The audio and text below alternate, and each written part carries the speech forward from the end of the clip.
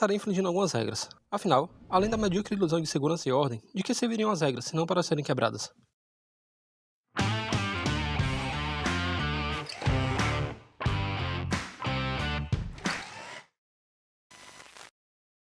Para quem não assistiu esse filme ou leu o livro, a dedução mais óbvia seria de que se trata de um filme sobre lutas. Em certa forma as coisas passam por aí. Porém, quem conhece a história, sabe que vai um pouco além disso. Tyler, o personagem interpretado por Brad Pitt, sabia que misturando partes iguais de gasolina e suco de laranja concentrado e congelado, ou misturando partes iguais de gasolina e Coca Diet, ou mesmo dissolvendo o alimento granulado para gatos em gasolina até formar uma pasta, eram formas de fazer napalm.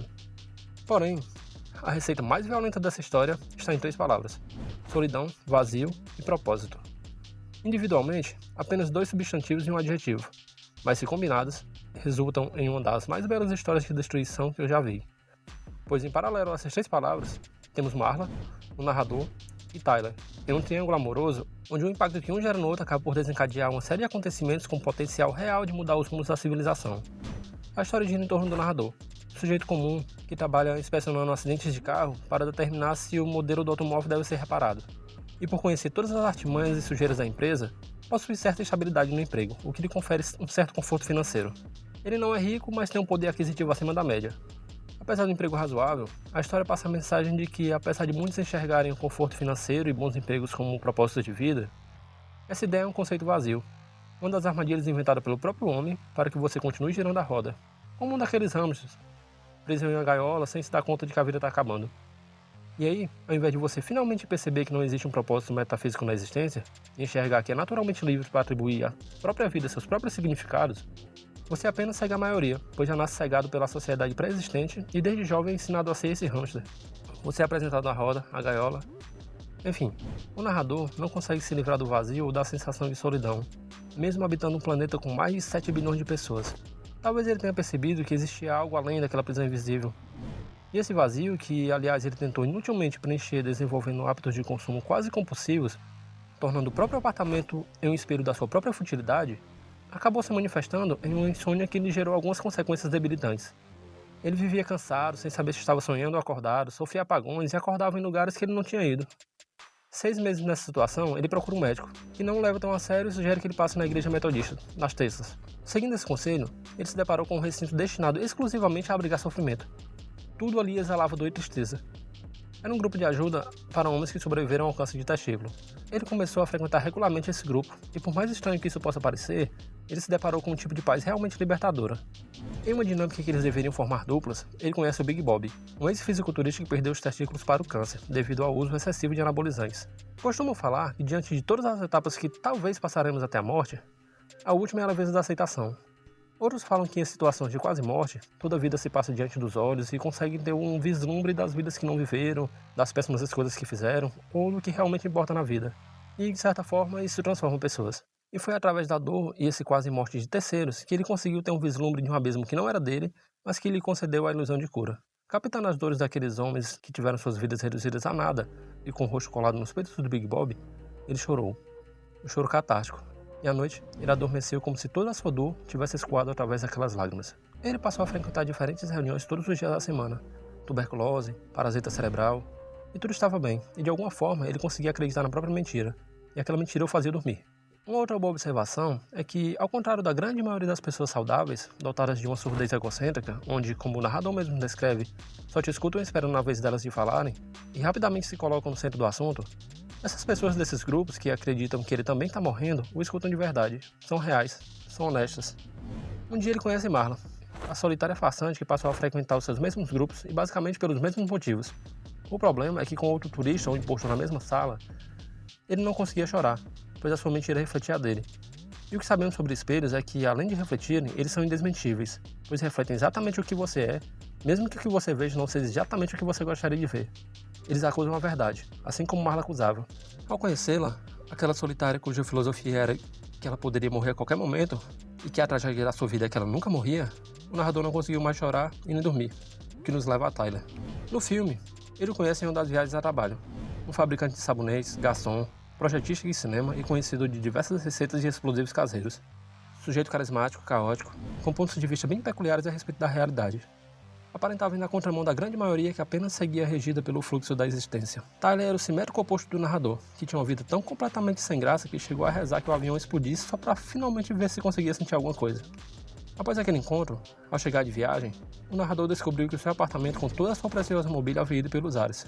Sem ter a quem recorrer, liga para Tyler, e após algumas cervejas, uma conversa e socos trocados no estacionamento, passam a morar juntos. Tyler expressa seu completo desprezo ao consumismo e ao sistema capitalista, que leva as pessoas a acreditarem em precisar de coisas inúteis, aprisionando-as nessa rotina de consumo, mantendo-os escravos da própria aparência e hipnotizados por bombardeios incessantes de propagandas. Afinal, vivemos em uma sociedade dividida em classes, onde o talento, a paixão ou os atributos que compõem nossas reais características como humanos pouco importam, pois somos definidos pelo que pensamos possuir. Mas no fim, como Tyler mesmo diz, nós que somos possuídos por essas coisas, não o contrário. E a única forma de sermos livres é perdendo tudo. Tyler era o propósito nessa equação, e suas brigas com o narrador nos estacionamentos e bares atraíam a atenção de outros homens e de maneira quase espontânea nasceu o Clube da Luta. Liderados por Tyler e regido por algumas regras simples, aqueles homens de vidas medíocres, frias e desprovidos de qualquer emoção ou significado se reencontraram através de suas formas primitivas e violentas e através do suor, sangue e muitos hematomas perceberam que ainda estavam vivos. Não se tratava de ganhar ou perder, mas sim de lutar e estar vivo.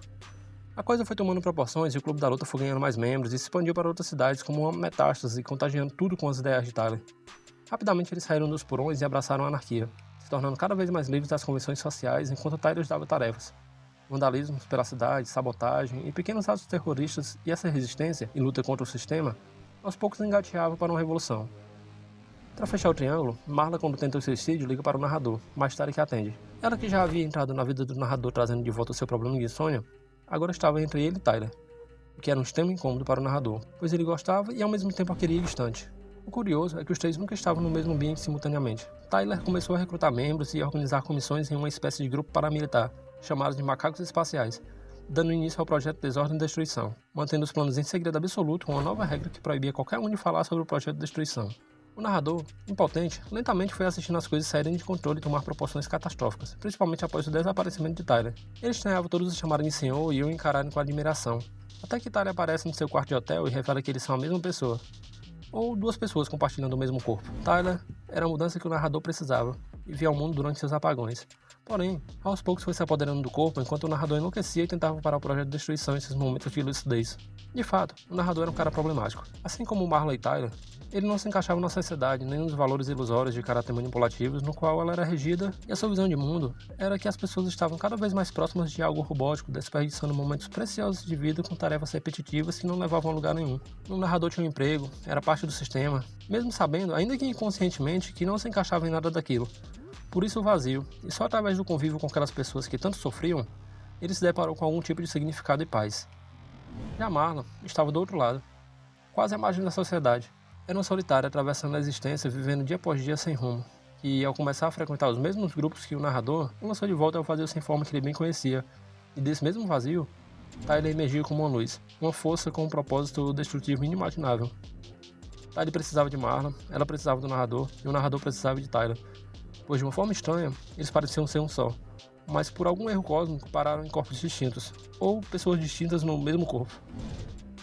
O Clube da Luta expõe essa fragilidade humana, que é essa necessidade de praticamente implorar por um líder que os guie pelos caminhos de algum ideal, sejam bons ou ruins. Mostra a inclinação que temos em aceitar a voz da maioria e nunca questionarmos sobre o que poderia ser diferente. Por isso, vivemos como marionetes, seguindo tendências em um mundo onde tudo envelhece rápido demais. Inúmeras versões de um mesmo produto lançadas por semana que se deterioram antes mesmo do fim do financiamento. Na ótica de Tyler, o cerne da questão é que o consumismo se manifesta como sintoma de um hiato entre a nossa programação genética, onde vagávamos nas savanas africanas como caçadores-coletores, e a sedentarização, onde o avanço tecnológico possibilita que compremos coisas que podem fazer coisas por nós, ou como Tyler diz, soluções versáteis para o mundo moderno. É a quebra da nossa infância como espécie e o homem contemporâneo. Hoje, não passamos de macacos enfeitados e preguiçosos esperando que nos digam o que fazer e como se comportar. Ansiamos por receber ordens. Passamos de caçadores sobreviventes a compradores vazios. O mundo é repleto de solitários, ávidos a encontrarem algo acima de si mesmos. Desesperados para preencher seus vazios, completamente à deriva. Quando se está assim, perdido, qualquer coisa que pareça um farol pode vir a parecer a direção correta. Tyler queria o caos e novos rumos para a civilização. O charlatão quer enganar, a religião quer o controle, o mercado quer compradores e o político quer o poder. E nenhum deles medirá esforços em guiar as massas em uma guerra fictícia contra inimigos fantasiosos por motivos distópicos. E cada um desses invariavelmente, terá um exército de seguidores. O filme inteiro poderia se resumir a uma única pergunta: se você fosse morrer agora, como se sentiria sobre a sua vida?